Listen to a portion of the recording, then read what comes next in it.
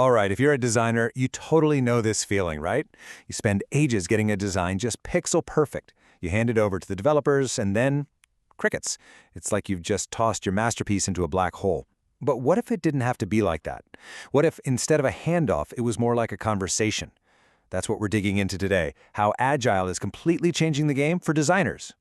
Yeah, this slide just nails the difference perfectly. Over on the left, you've got the old way, waterfall. Think of it like a relay race. The designers do their part, then they pass the baton to the developers, you're done.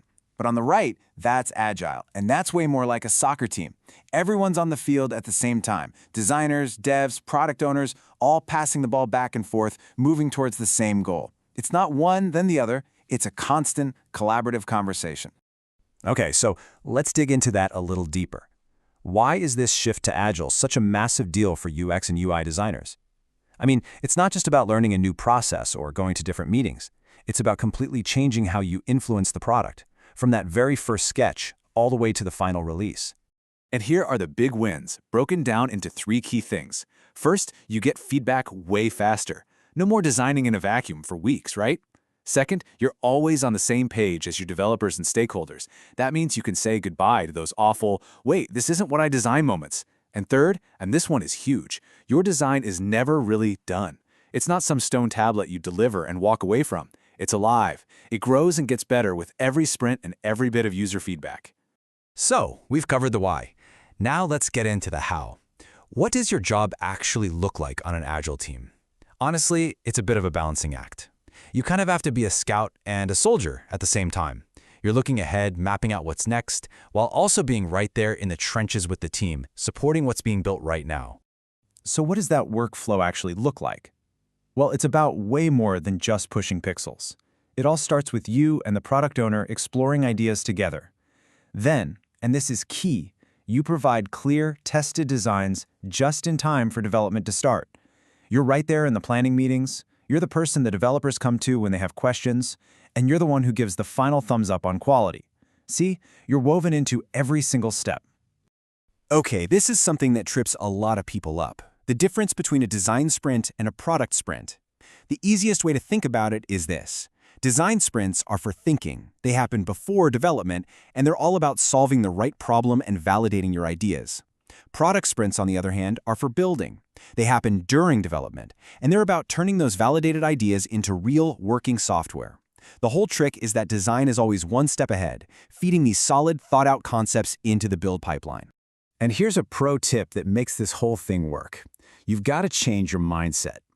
In Agile, speed is more important than perfection, especially early on. You have to fight that designer urge to make everything flawless and high fidelity from the get-go. Instead, you need to get comfortable with wireframes and lo-fi prototypes. Like the slide says, the point isn't to be perfect, it's just to be clear enough to get a conversation going and keep your developers moving. All right, so you get the theory, you get the workflow, now let's get down to brass tacks. What's in your actual day-to-day playbook? This next part is all about the practical stuff, the habits, the tools, and the research tricks that will make you an absolute rock star in an Agile team. First things first, it's all about collaboration. Seriously, Agile is the enemy of working in a silo. Those daily stand-ups, they're not just boring status reports. Think of them as your team's morning huddle, making sure what you're designing is exactly what's being built that day. And design critiques are your secret weapon for quality.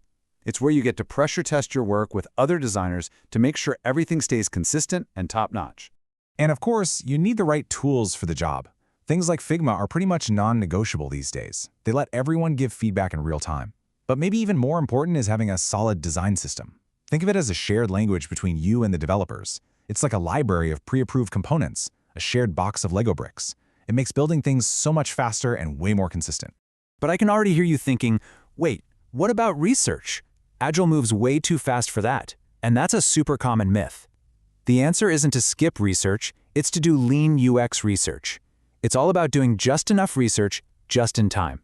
You're basically weaving little bits of user feedback into every single sprint without ever slowing the team down.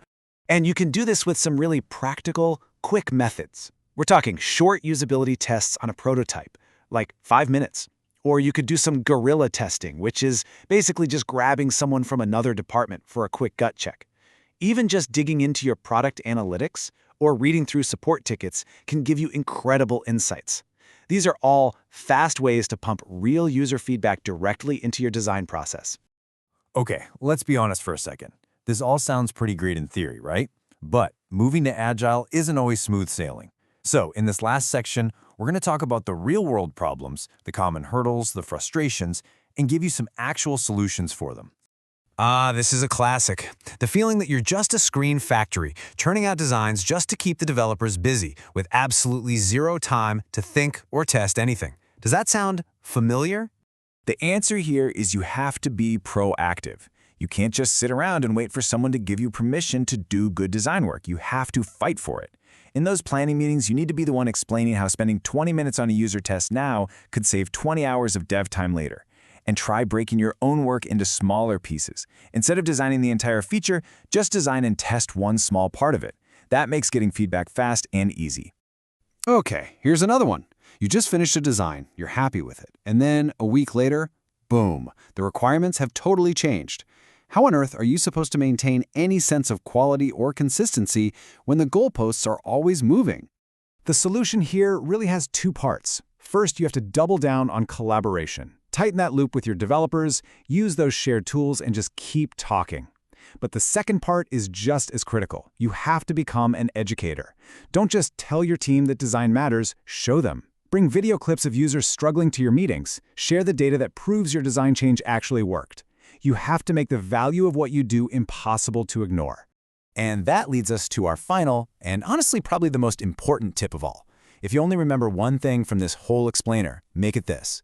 Your relationship with your product owner is absolutely everything. They are the ones who decide what gets built. If you can build a real partnership with them, one based on trust, where they see the incredible value you bring, you'll never have to fight for a seat at the table again. And that, right there, is the real secret to not just surviving, but thriving as a designer in an agile world.